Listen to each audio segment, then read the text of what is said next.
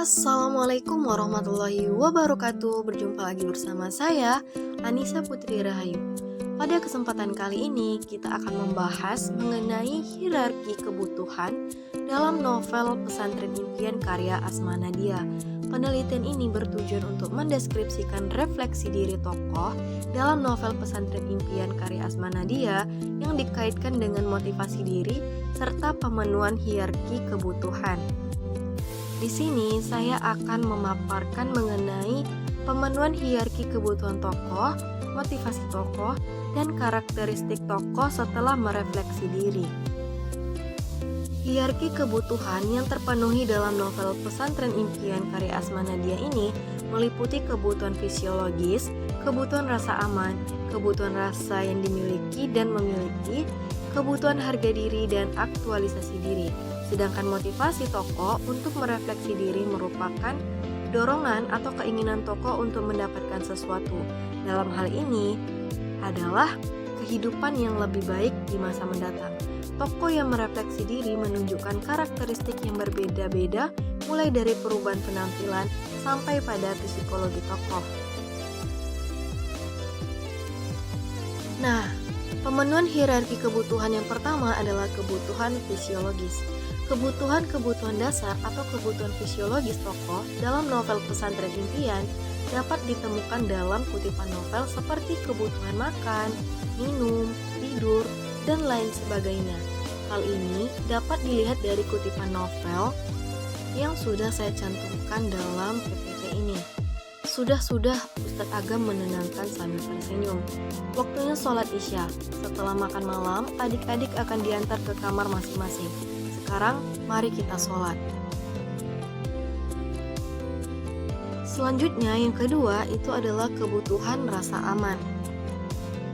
Pemenuhan kebutuhan rasa aman tersebut dalam novel Pesantren Impian dapat dilihat pada kutipan, pesantren impian dibangun sedemikian rupa untuk memberi ketenangan dan kedamaian bagi penghuninya. Berdasarkan kutipan dari novel Pesantren Impian tersebut, kebutuhan rasa aman dan damai dapat diperoleh bagi para santrinya di dalam pesantren impian. Selanjutnya adalah kebutuhan dimiliki dan memiliki. Kebutuhan rasa sayang, cinta, dimiliki dan memiliki tokoh dalam novel ini terpenuhi dengan adanya hubungan yang baik antar sesama santri dan ustazah dalam pesantren impian. Hal ini dapat dilihat dalam kutipan. Setelahnya, para santriwati saling berpelukan, menumpahkan perasaan. Mengingat isi kultum Ustazah Hanum tadi, sebagian tersenyum, meski wajah masih basah air mata. Allah, terima kasih, bisik gadis itu.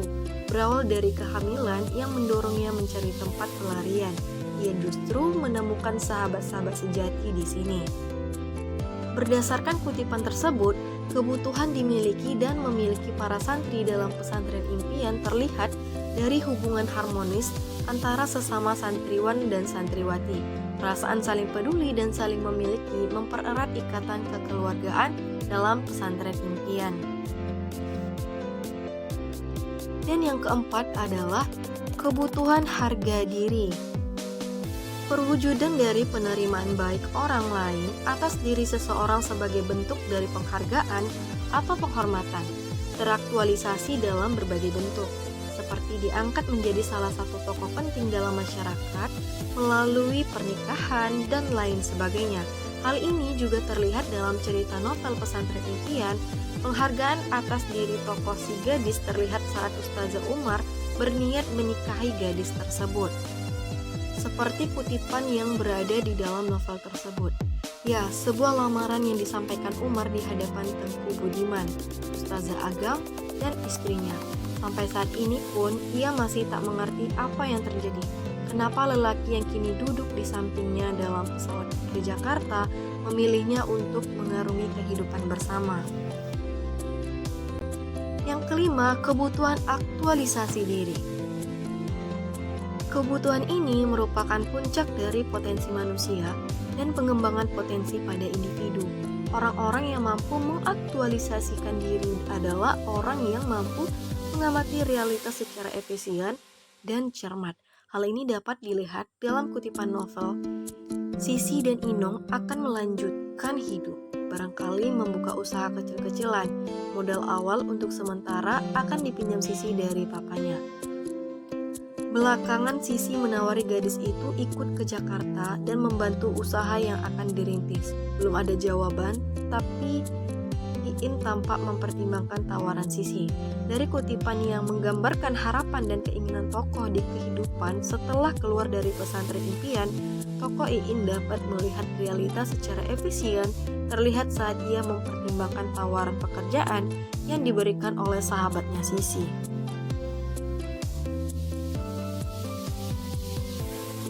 Motivasi tokoh dalam refleksi diri.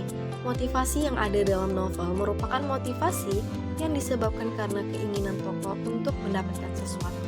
Dalam hal ini, kehidupan yang lebih baik di masa mendatang. Kutipan yang menunjukkan motivasi tokoh disebabkan keadaan yang dialami seperti kutipan yang ada di novel itu. Sis, yakin Sisi hanya menulis sekilas.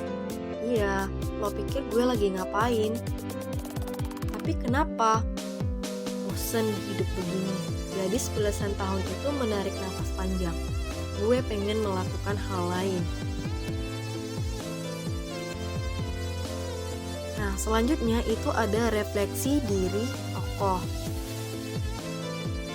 Seseorang yang melakukan refleksi diri dapat terlihat dari perubahan perilaku yang dilakukan oleh tokoh.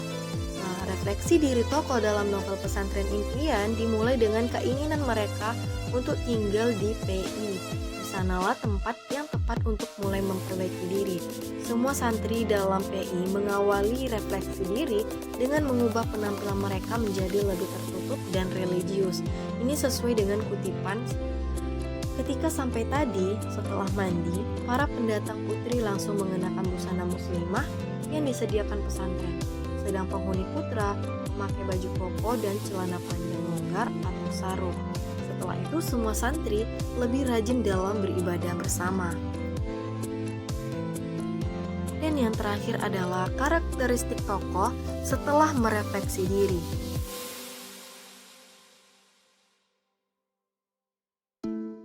Karakteristik perilaku tokoh setelah merefleksi diri dapat dilihat dari kutipan, Rini berpikir akan meneruskan kembali kuliahnya. Gadis ringkih yang kini jauh lebih tegar karena tempaan yang dialami, bertekad menutup sepenuhnya lembaran masa lalu. Nah, kutipan ini menggambarkan tokoh Rini sesaat setelah belajar di pesantren impian. Kehidupan masa lalunya yang dipenuhi dengan kesedihan dan amarah telah berganti menjadi kedamaian dan keikhlasan dalam menerima setiap keadaan yang ia alami. Sekian yang dapat saya sampaikan.